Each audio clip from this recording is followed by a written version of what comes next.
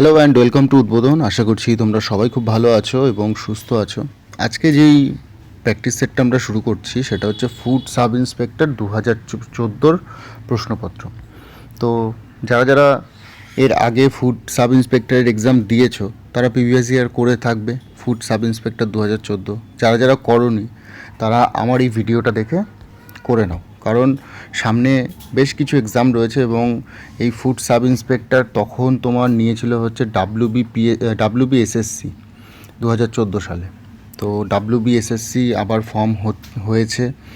তো ডাব্লিউবিএসএসসির previous year বলতে food sub inspector বলতে পারো, মোটর ভেহিকলস ইন্সপেক্টর যেটা তোমার এমভিআই, সেটাও ডাব্লিউবিএসএসসি নিত, তারপরে পিএসসি নেওয়া শুরু করেছে। তো যেহেতু তোমার কমিশন ফর্ম হয়ে গেছে, তো এই প্রশ্নপত্রগুলো প্রিভিয়াস ইয়ার তোমার কিন্তু করে রাখা উচিত।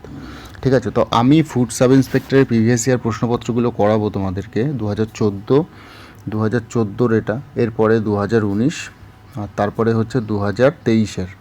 তো এই 3টে বছরের প্রশ্নপত্র, অনেক প্রশ্নপত্র রয়েছে। আর ফুড সাব ইন্সপেক্টরে তোমরা জানো যে ফুড সাব ইন্সপেক্টরের ক্ষেত্রে, ফুড এসআই এর ক্ষেত্রে 50 নম্বর হচ্ছে ম্যাথ আর 50 নম্বর থাকে জিকে। এবার অনেকেই এই এক্সামটাকে টার্গেট করে, কিন্তু বিগত বছরগুলোতে যা দেখা যায় যে এই এক্সামটাতেই ম্যাক্সিমাম মানে অনিয়ম যেটাকে বলা যায় বা বেআইনি জিনিসপত্র, সেই জিনিসপত্র শুধু এই এক্সামটাকে ঘিরেই আছে। খুব পপুলার একটা এক্সাম, কিন্তু মানে খুব পপুলার হলেও এটাকে তুমি নেগেটিভ সেন্সেও ধরতে পারো যে নেগেটিভ দিক থেকে প্রচণ্ড পপুলার একটা এক্সাম। তো যাই হোক, প্রিভিয়াস ইয়ার করে রাখা আমাদের মনে হয় কর্তব্য, এবং প্রিভিয়াস ইয়ারে কীরকম প্রশ্নপত্র এসেছে সেটা যদি আমাদের করা থাকে তাহলে আমাদের এখন রিসেন্ট যেরকম প্রশ্ন আসে বা রিসেন্ট যে কোনো পরীক্ষায় এগুলো আমাদের কাজে লাগতে পারে। আর ম্যাথ আমার মনে হয় প্র্যাকটিস করলে তোমার খুব একটা অসুবিধা হবে না। তো চলো, প্রথম অঙ্ক যেটা বলেছে সেটা হচ্ছে, if the length of the rectangle is increased by 8 metre, its area increased by 72 square metre, the breadth of the rectangle is, মানে একটা রেক্ট্যাঙ্গেল আছে, এই রেক্ট্যাঙ্গেলের আগের যা লেন্থ ছিল তার থেকে লেন্থটা বেড়ে গেল এতটা। আগে এটা এক্স থাকলে এখন এটা হচ্ছে x+8। এবার যার জন্য কী হলো, যার জন্য এর যে এরিয়াটা থাকে, এই এরিয়াটাও বেড়ে গেল। কত বেড়ে গেল? এটা আগের থেকে বেড়ে গেল 72 স্কোয়ার মিটার। তো জানতে চাইছে যে ব্রেথটা কত, এই রেক্ট্যাঙ্গেলের ব্রেথ কত। এবার দেখো, আমার কাছে দুটো জিনিস নেই। আমরা সবাই জানি যে কি জানি, আমরা অনেক কিছুই জানি কিন্তু আমরা বলতে চাই না। সেটা হচ্ছে এই যে আয়তক্ষেত্রের এটা যদি লেন্থ হয়, মানে এটা যদি দৈর্ঘ্য হয়, তাহলে এটাকে আমরা প্রস্থ বলি। তো এটা যদি দৈর্ঘ্য হয় এটাও দৈর্ঘ্য হবে, এটা আর এটা সমান হয়। আর এটা যদি প্রস্থ হয় তাহলে এটাও প্রস্থ হবে। সিমিলারলি এটা দৈর্ঘ্য হলে এটা দৈর্ঘ্য, এটা প্রস্থ হলে এটা প্রস্থ। তো কোনো রেক্ট্যাঙ্গেলের বা আয়তক্ষেত্রের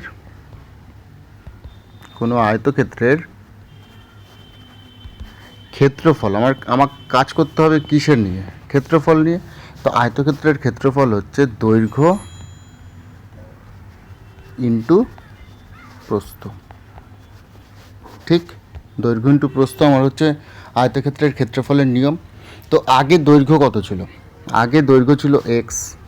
প্রস্থ আমি জানি না, প্রস্থ আমার কাছে আননোন। তো প্রস্থ আমি কিছুক্ষণের জন্য ধরে নিলাম এক্স। আবার এই যে জায়গাটায় রয়েছে এটা দৈর্ঘ্য বেড়ে গেল x+8। প্রস্থ আমি জানি না, প্রস্থ আমার কাছে আননোন, ওটা এক্স। যার জন্য কী হলো, এটা x² আর এটা হলো x² + 8x। এই যে ডিফারেন্স, এইটা বেশি হবে, এটা বেশি হবে কেন? বেড়ে গেছে। আর এটা হবে কম।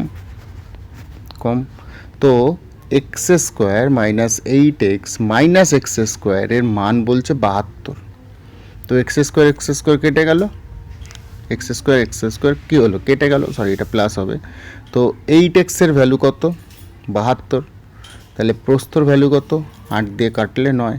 তা এই যে এক্সটা বেরোলো এটা আমার কি? প্রস্থ।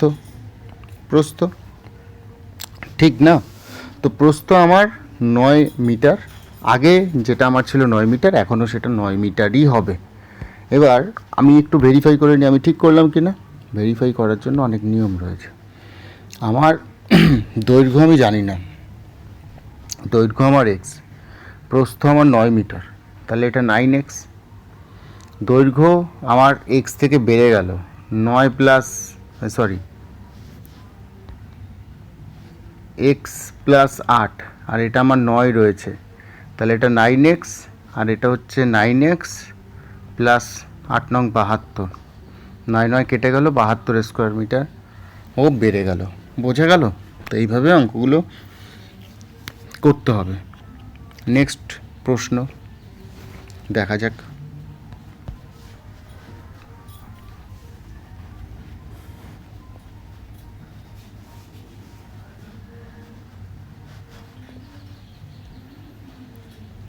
নেক্সট প্রশ্ন বলছে ratio of principal and yearly amount is 16:17। 16:17 মানে এখানে একটা জিনিস বলছে যে principal and yearly amount, ratio of principal and yearly amount হচ্ছে 16:17। তাহলে রেট অফ ইন্টারেস্ট পার অ্যানাম কত বার করতে হবে?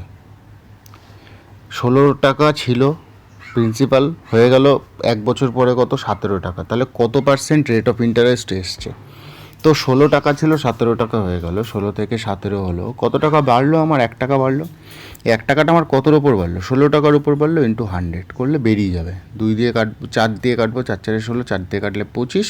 তো 25/4 এটাকে আমি লিখতে পারি 6.14%। ঠিক আছে, যেহেতু কিছু বলেনি সেহেতু নর্মালভাবে করবো, নর্মালভাবে করার চেষ্টা করব। নেক্সট প্রশ্ন যেটা, সেটা হচ্ছে area of rectangle is 24 centimetre square and perimeter হচ্ছে 20 centimetre, then the length of the diagonal is. কি বলছে আগে ভালো করে বুঝতে হবে। এরিয়া অফ দ্য রেক্ট্যাঙ্গেল, এই যে একটা রেক্ট্যাঙ্গেল, এই রেক্ট্যাঙ্গেলের এরিয়া, এরিয়া মানে ভেতরেরটুকু, ভেতরেরটুকু মানে আমরা কি জানি? দৈর্ঘ্য ইন্টু প্রস্থ। তো দৈর্ঘ্য ইন্টু প্রস্থ কত? আমার 24। আর বলছে পেরিমিটার, পেরিমিটার মানে হচ্ছে এই বাইরেরটুকু, মানে আয়তন। আয়তন কত? 2 ইন্টু দৈর্ঘ্য প্লাস প্রস্থ, 2 ইন্টু দৈর্ঘ্য প্লাস প্রস্থ আমার কত? 20। তাহলে এই দৈর্ঘ্যটাকে আমি কিছুক্ষণের জন্য যদি ধরে নিই, এই দৈর্ঘ্যটাকে আমি যদি কিছুক্ষণের জন্য ধরে নিই যে এই দৈর্ঘ্যটা হচ্ছে এল আর এই প্রস্থটা হচ্ছে বি, তাহলে আমি পেলাম L into B equals to 24। L into B কত? 24। আর 2 এল ইন্টু বি কত আমার? 20। 2 দিয়ে 20কে কাটবো, এটা এল প্লাস বি, এল প্লাস বি আমার কত? 10। আমি এদিকটায় করি, এল প্লাস বি আমার কত? 10। আর এল ইন্টু বি কত আমার? 24। এখান থেকে আমি বার করতে পারবো কত? লেন্থ অফ দ্য ডায়াগোনাল কত? দেখো বার করতে পারবো। আমি কীভাবে বার করতে পারবো সেটা আমি তোমাদেরকে বলি। এল প্লাস বি আমার 10 রয়েছে, তুমি এটাকে ভাঙতেও পারো, আবার অন্যভাবেও করতে পারো। আর এল ইন্টু বি আমার রয়েছে 24। এবার 24কে কত করে হয়? 12 ইন্টু 2 করলে 24 হয়, 6 ইন্টু 4 করলে 24 হয়, 8 ইন্টু 3 করলে 24 হয়। এবার এই দুটো যোগ করলে কি 10 হবে? না। এই দুটো যোগ করলে 10 হবে? হ্যাঁ। এই দুটো যোগ করলে 10 হবে? 3 8 24, না হবে না, এটা 11 হয়ে যাচ্ছে। তাহলে এল ইন্টু বি, এল প্লাস বি নিশ্চয়ই 6 প্লাস 4 ছিল, 6 প্লাস 4 ছিল। এবার আমাকে বলেছে লেন্থ অফ দ্য ডায়াগোনাল কত। তাহলে রেক্ট্যাঙ্গেল, এই হচ্ছে রেক্ট্যাঙ্গেল, রেক্ট্যাঙ্গেলের এইটা হচ্ছে লেন্থ, এটা হচ্ছে ব্রেথ মানে দৈর্ঘ্য প্রস্থ। তাহলে ডায়াগোনালটা কত? আর এটা 6 হলে এটাও 6, তাহলে একটা 6 একটা 4, তাহলে একটা যদি 6 হয় তাহলে 6 6 36। তোমরা ডায়াগোনালের ফর্মুলা যদি জানো, এটা হচ্ছে লম্ব, এটা হচ্ছে ভূমি, তাহলে এটা অতিভুজ বার করতে দিয়েছে। তাহলে লম্ব স্কোয়ার প্লাস ভূমি স্কোয়ার মানে 4 square plus 6 square equals two এই অতিভুজ স্কোয়ার মানে diagonal square. 4 4 16, 6 6 36 equals to D square. তো ডি এর ভ্যালু আমার বেরোবে √16 আর 36 কত? 52। তো 4 13 52, তাহলে 13 ইন্টু 2 রুটের মধ্যে রয়েছে, তাহলে ডি এর ভ্যালু কত 2√13 আছে অপশানে, দেখো অপশানে আছে সি নম্বর অপশান। ঠিক আছে, তো এইভাবে আমরা করতে পারি, ঠিক এইভাবে আমরা করতে পারি। আরও একভাবে বেসিকভাবে কীভাবে করা যায়, এইখান থেকে বেসিকভাবে করা যেতে পারতো। আমি এখান থেকে শুরু করি, কীভাবে বেসিকভাবে করতে পারি আমি। দেখো এইখানে বেসিক জিনিসপত্র কিভাবে করব, আমরা তো এত পর্যন্ত জেনেই গেছিলাম। তো এইটা তুমি যদি না করো ভেরিফাই করার জন্য, না করলে করতেই পারো, কোনো অসুবিধা নেই, তোমার এরকম বেরিয়ে গেছে। এইবার তুমি বেসিকভাবে করবে এল প্লাস বি তার whole square equals to 10 square, তাহলে L square plus B square plus 2 L B equals to 10 into 10।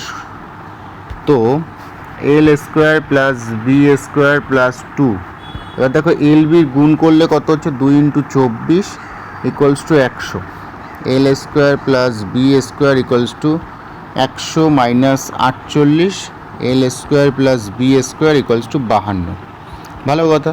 এবার আমার একটা রেক্ট্যাঙ্গেল আছে বা আয়তক্ষেত্র আছে, এটা হচ্ছে এল, এটা হচ্ছে বি। তো এটা আমার অতিভুজ, এটা অতিভুজ মানে হচ্ছে ডি ডায়াগোনাল।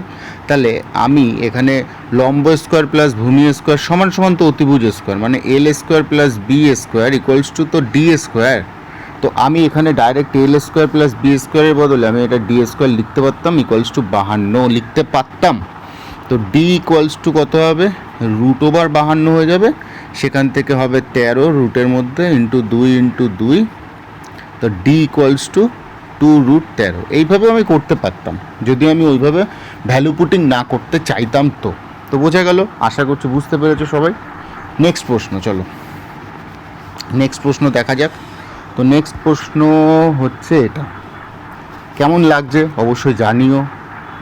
অনেকটা বোরিং ক্লাস আমি জানি, তোমাদের যদি ইচ্ছে না করে পরে দেখো, অল্প অল্প করে দেখো, কিন্তু দেখো, এটা তোমার পরবর্তীকালে কাজে লাগবে। নেক্সট প্রশ্ন বলছে রেশিও অফ কস্ট প্রাইস হচ্ছে এবং সেলিং প্রাইস 5:4। তার মানে কোনো জিনিস কেনার দাম হচ্ছে 5 টাকা এবং সেটা বিক্রি করার দাম হচ্ছে 4 টাকা।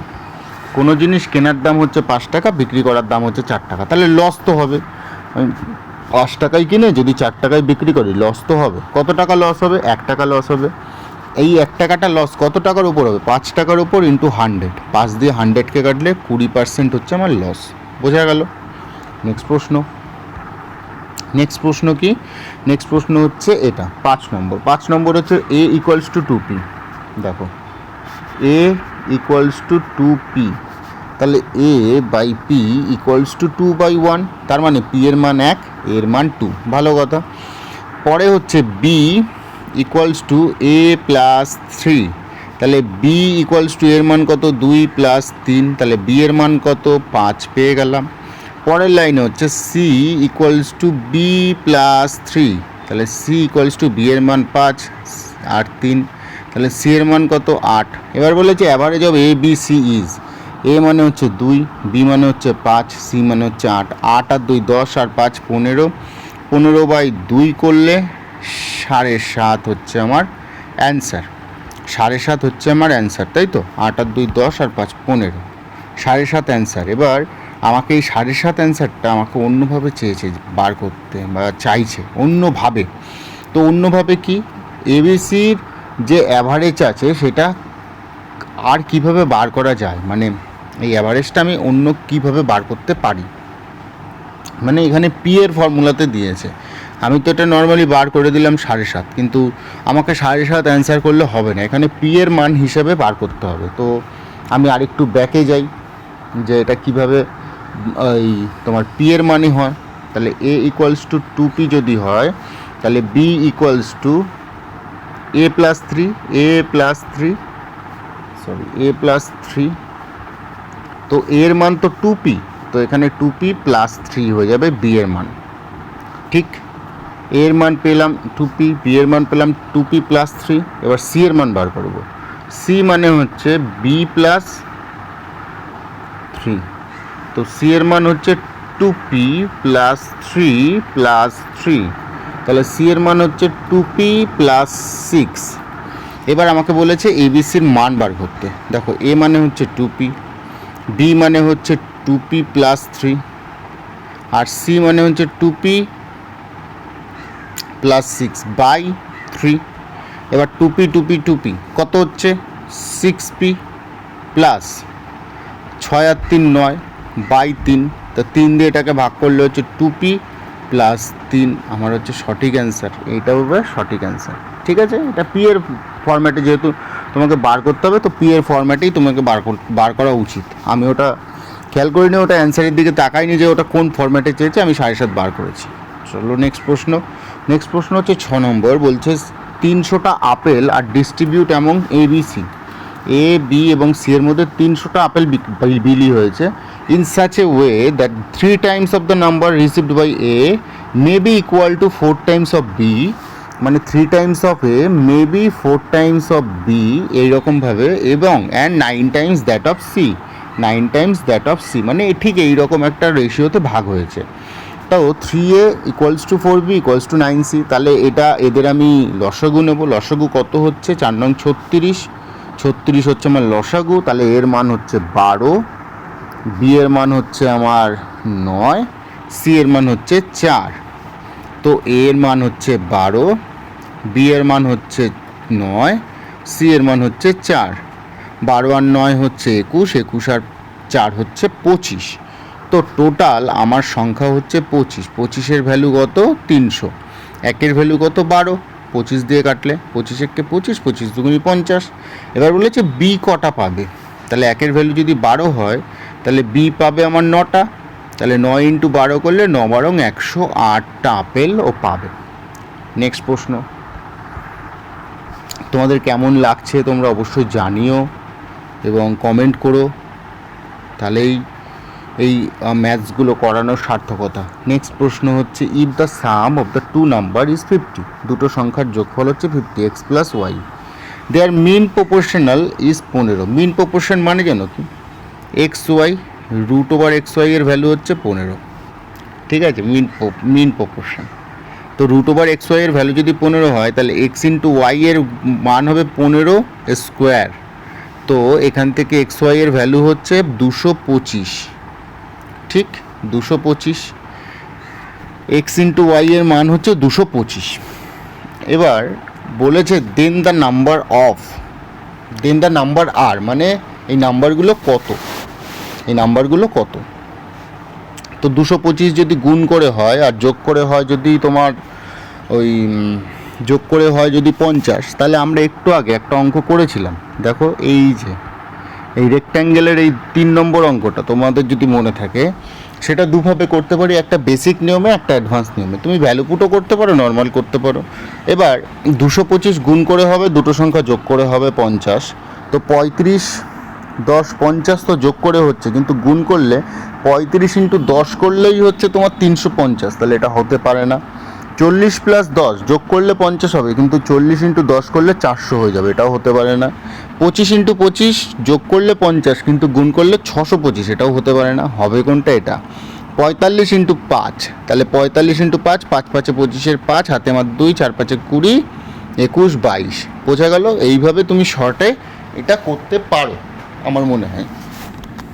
আর যদি শর্টে না করতে চাও তাহলে আগের ওই অঙ্কটা স্কিপ করো এবং ফর্মুলাতে ফেলো, আশা করছি হয়ে যাবে। কিন্তু আমার মনে হয় সবসময় ফর্মুলাতে না করে একটু অ্যাডভান্স নিয়ম বা তুমি যদি এইগুলো একটু শর্টে করো, আমার মনে হয় সেটা সুবিধা হবে। নেক্সট প্রশ্ন দেখো 8 নম্বর। বলছে কি, বলছে 15,000 টাকা, 15,000 টাকা being worth of 0.25 part of property, the worth of এত part of the same property is, মানে একটা প্রপার্টির ভালো করে বুঝতে হবে 15,000 টাকা বিং দ্য ওর্থ অফ 0.25%, 0.25%-এর ভ্যালু হচ্ছে 15,000 টাকা।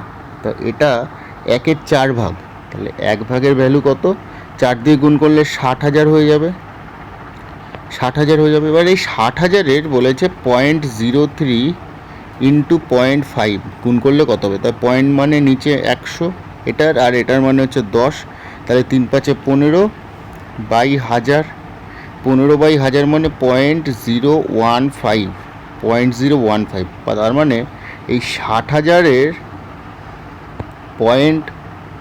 0.015%, তার মানে নিচে 100, আবার পয়েন্ট তুলে নিচে আবার 1000, এই হচ্ছে ব্যাপার। ঠিক, তাহলে 1 2 3 4, 1 2 3 4 কেটে গেল। এইবার 6 × 15, 6 15 হচ্ছে 90, 90/100।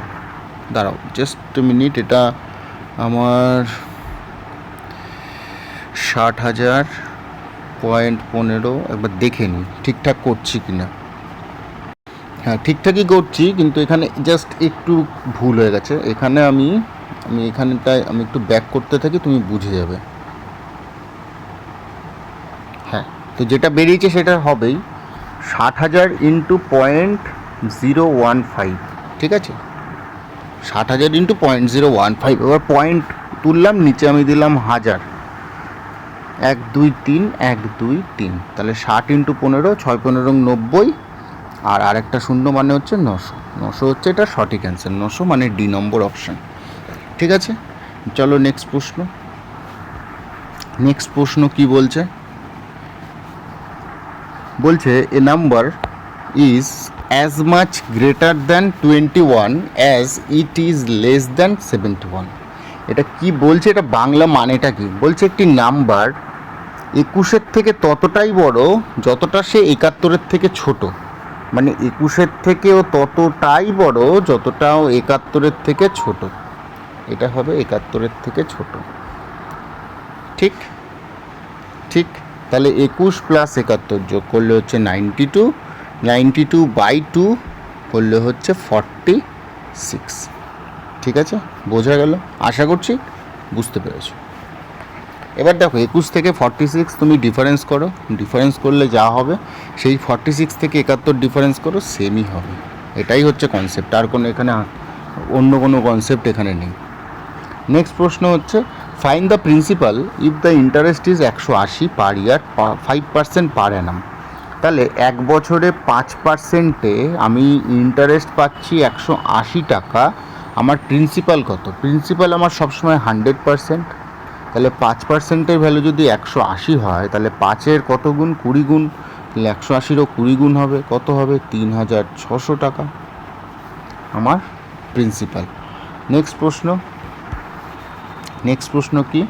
নেক্সট প্রশ্ন বলছে রাহুল এবং রোহিত এবং Raunak enter into a partnership business with investment of 35,000। তাহলে আমি প্রথম যে আছে রাহুল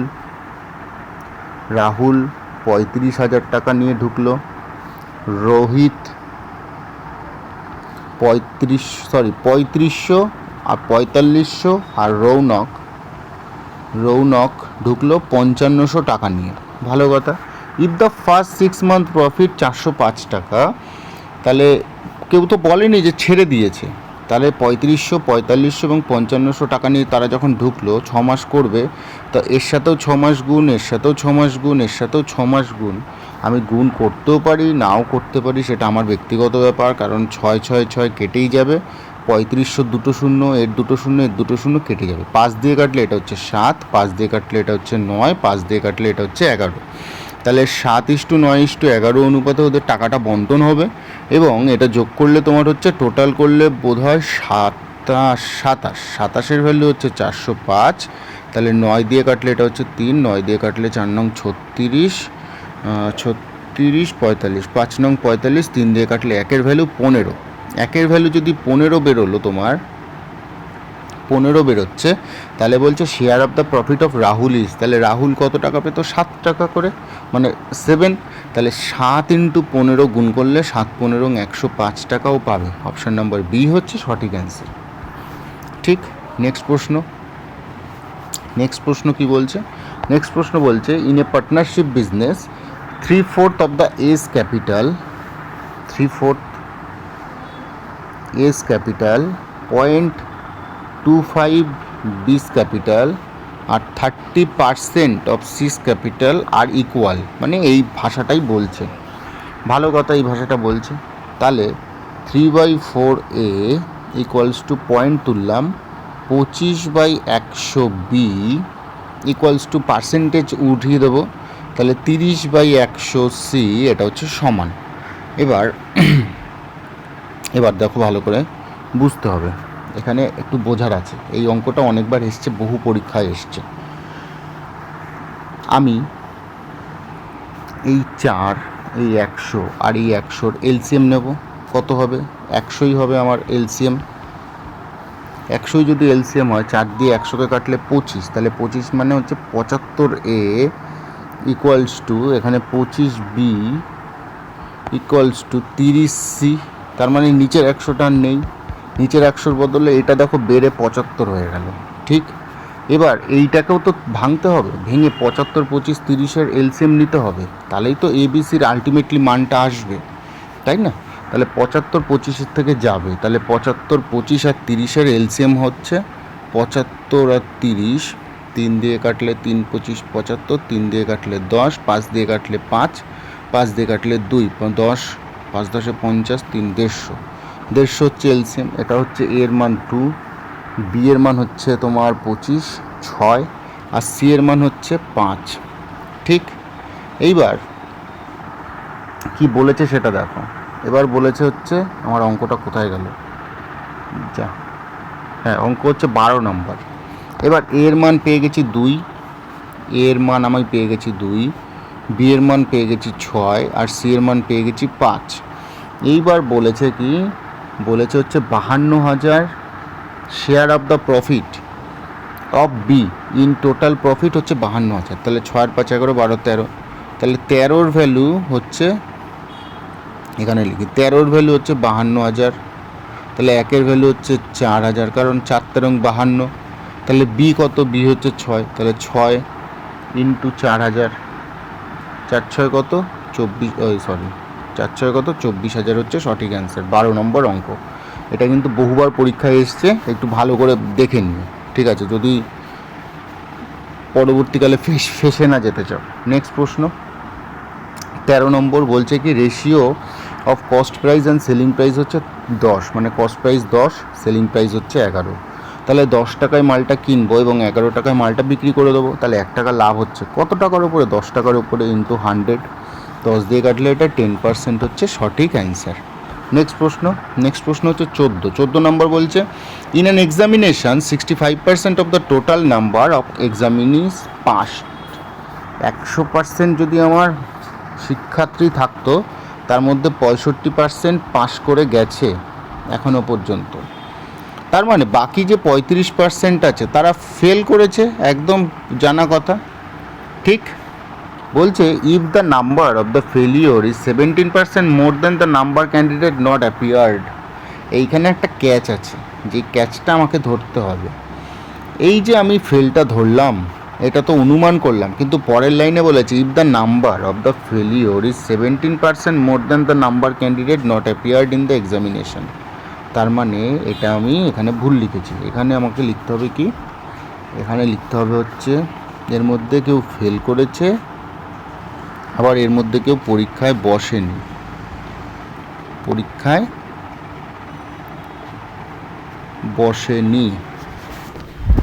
ঠিক আছে। তো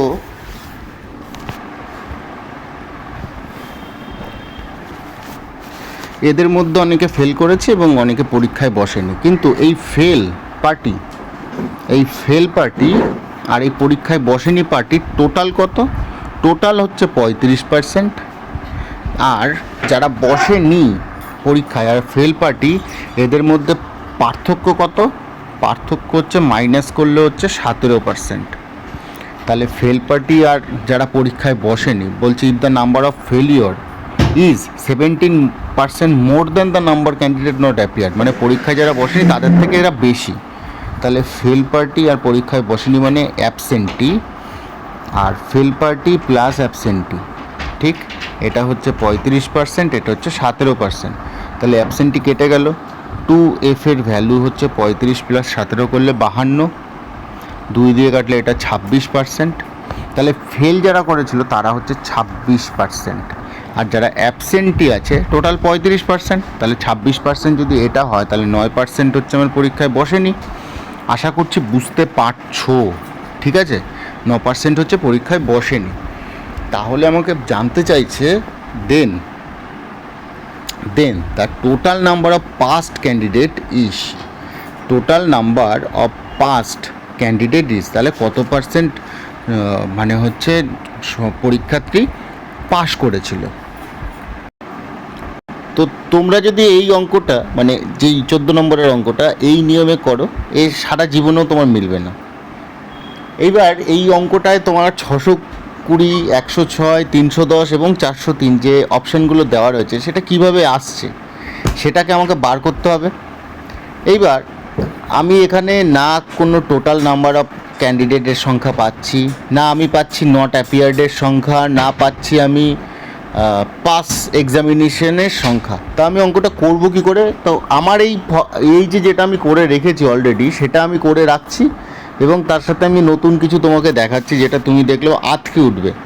যাই হোক, আমি টোটাল ক্যান্ডিডেট এখানে যারা নট অ্যাপিয়ার্ড করেছে, এই যে number of candidate not appeared in the examination, এটা ধরলাম নট অ্যাপিয়ার্ড হচ্ছে 100, ঠিক 100। এবার তাহলে ফেলিওরের সংখ্যা কত? যারা ফেল করেছে তারা হচ্ছে তোমার নট অ্যাপিয়ার্ডের থেকে 17% বেশি। তাহলে ফেলিওরের সংখ্যা হচ্ছে 100 প্লাস 17%, তার মানে 117% তোমার 117ই হবে। তাহলে ফেলিওরের সংখ্যা টোটাল হচ্ছে তোমার 117। তাহলে নট অ্যাপিয়ার্ড এবং ফেলিওরের সংখ্যা আমি পেয়ে গেলাম। তাহলে এই দুটো যোগ করলে আমার কত হচ্ছে? 217। এবং এই 217টাই হচ্ছে এই 35%-এর ভ্যালু। কোন 35%? যখন এই যে টোটাল 35% যারা ফেল করেছে এবং যারা পাস করেনি, তাহলে 35%-এর ভ্যালু হচ্ছে 217। এইভাবে তুমি বার করতে পারবে হচ্ছে 65%-এর ভ্যালু কত। তো চলো বার করি। 35%-এর ভ্যালু হচ্ছে 217, 65%-এর ভ্যালু কত? 5 দিয়ে কাটলে 7, 5 দিয়ে কাটলে 13। 7-এর কত গুণ? 3 × 7 = 21, 31। তাহলে 13 × 31 করলে তোমার বেরোবে 13 × 31 করলে বেরোবে 3।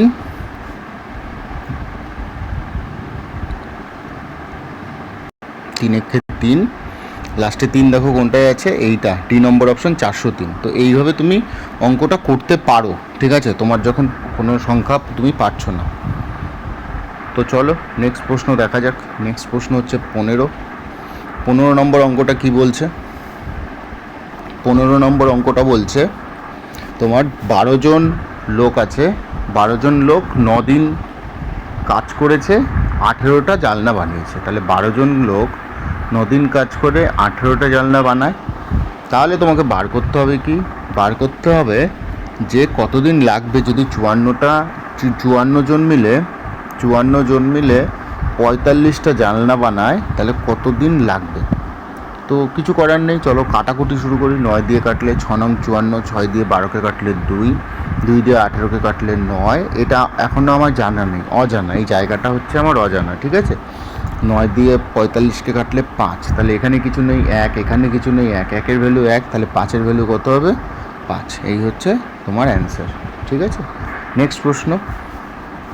যখনই এরকম অঙ্ক থাকবে তখন তোমাকে মাথায় রাখতে হবে যে টোটাল মানুষ আর টোটাল দিন গুণ করে হচ্ছে কাজের ইউনিট, ঠিক আছে।